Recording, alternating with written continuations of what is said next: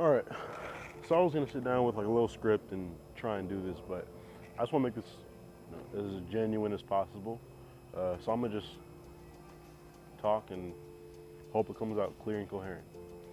Um, yeah, so a little story time. Beginning of this year, I started a real estate company. I started a company so I could specifically focus in on wholesaling. Um, it just seemed like the most logical thing to do. If you guys don't know what wholesaling is, I'll talk about that another time. Um, but yeah, at the time I was working at a door-to-door sales company for a contractor. We sold like roofs, siding, windows, that kind of stuff. So, I saw the ins and outs of that business, but man, I couldn't work for somebody else. That's one of the hardest things I have doing. Um, I have ways that I want to do things, and you have to be willing to listen and adapt. But I've worked for long enough. I've been working since I was 12 years old. It's kind of gotten to a point where it's like, are you gonna do it, or are you just gonna keep waiting around?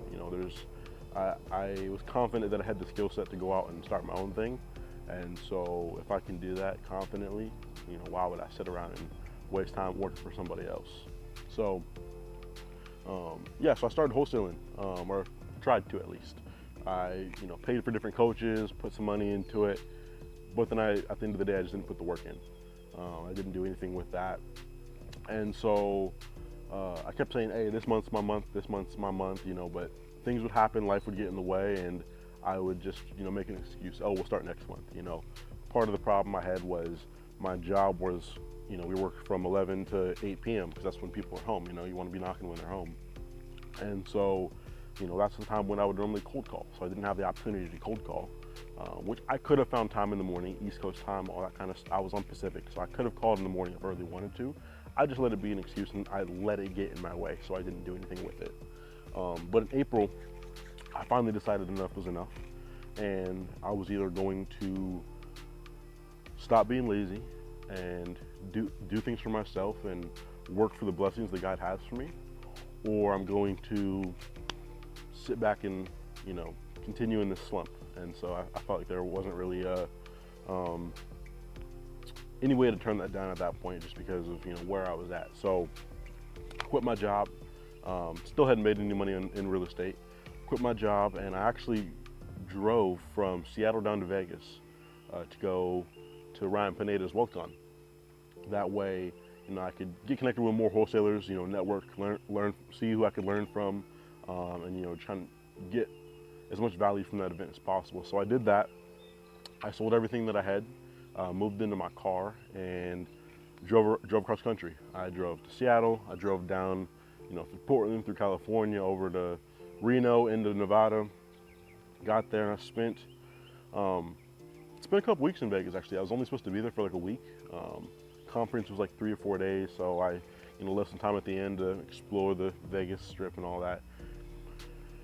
Didn't work out. Had other things pop up with that, so I ended up working the whole time, which is totally fine. But yeah, so I started to really hone in. Obviously, after you go to a conference like that, you get kind of hyped up. Okay, I'm ready to go out here and just make some money now, right? But that wears off really quickly, which it did. And so I ended up sticking around Vegas because I had nowhere else to go. But that drive kind of fizzled out, and I started, being lazy. I was being lazy, but I ended up making some good connections, and so one of the connections led me to Arizona. I've started a podcast, and so I'm starting a podcast, and so I needed to get out in front of more people, and so I wanted to find guests to have on my show. And so I met a guy who was here in Phoenix, and he had a 18-unit Airbnb. So we went over and we shot a podcast, and I liked the area. It seemed like a good area, had a lot of potential, growing and stuff like that. And so went back to Vegas for a couple weeks, and then I came back here to Arizona to do another podcast. And yeah, I just kind of felt God saying this is where I needed to be. And so I was still doing my wholesaling, but God had been putting it on my heart to start up a construction business, similar to the way that I had it the last company I was with. Not doing things the same exact way that they did them, but I became very good at door-to-door sales when I was there. And so if I could take that business model and do it my own and, incorporate some of the values and some of the principles and practices that I would like to incorporate, I think it could be something really great. And so I was on the fence, right? I'm like, okay, I want to start this construction company, which I wanted to do for a while, because obviously in real estate, right, you build a lot of buildings, you do a lot of renovations. So if you can save money by having your own crew that does it, it just makes sense, right? And so the two kind of go hand in hand, and so they made sense for each other. I just always expected the construction to be down the road. I figured I'd build up capital in real estate and then, go to that. But it's funny how God works, right? It's like He'll have several things in store for you.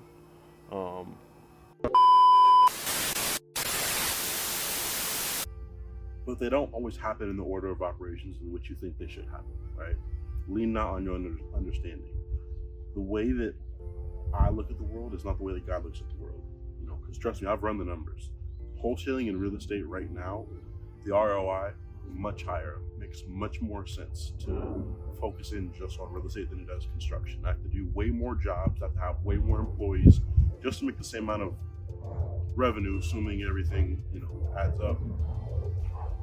So it's one of those things where, in my eyes, I know it seems smarter to do real estate, but it's something I feel that God's been telling me for a while. I've been kind of bucking back on it, like I'm trying to put it on the back burner. And He's just been saying, no, I want this to be your priority. And so,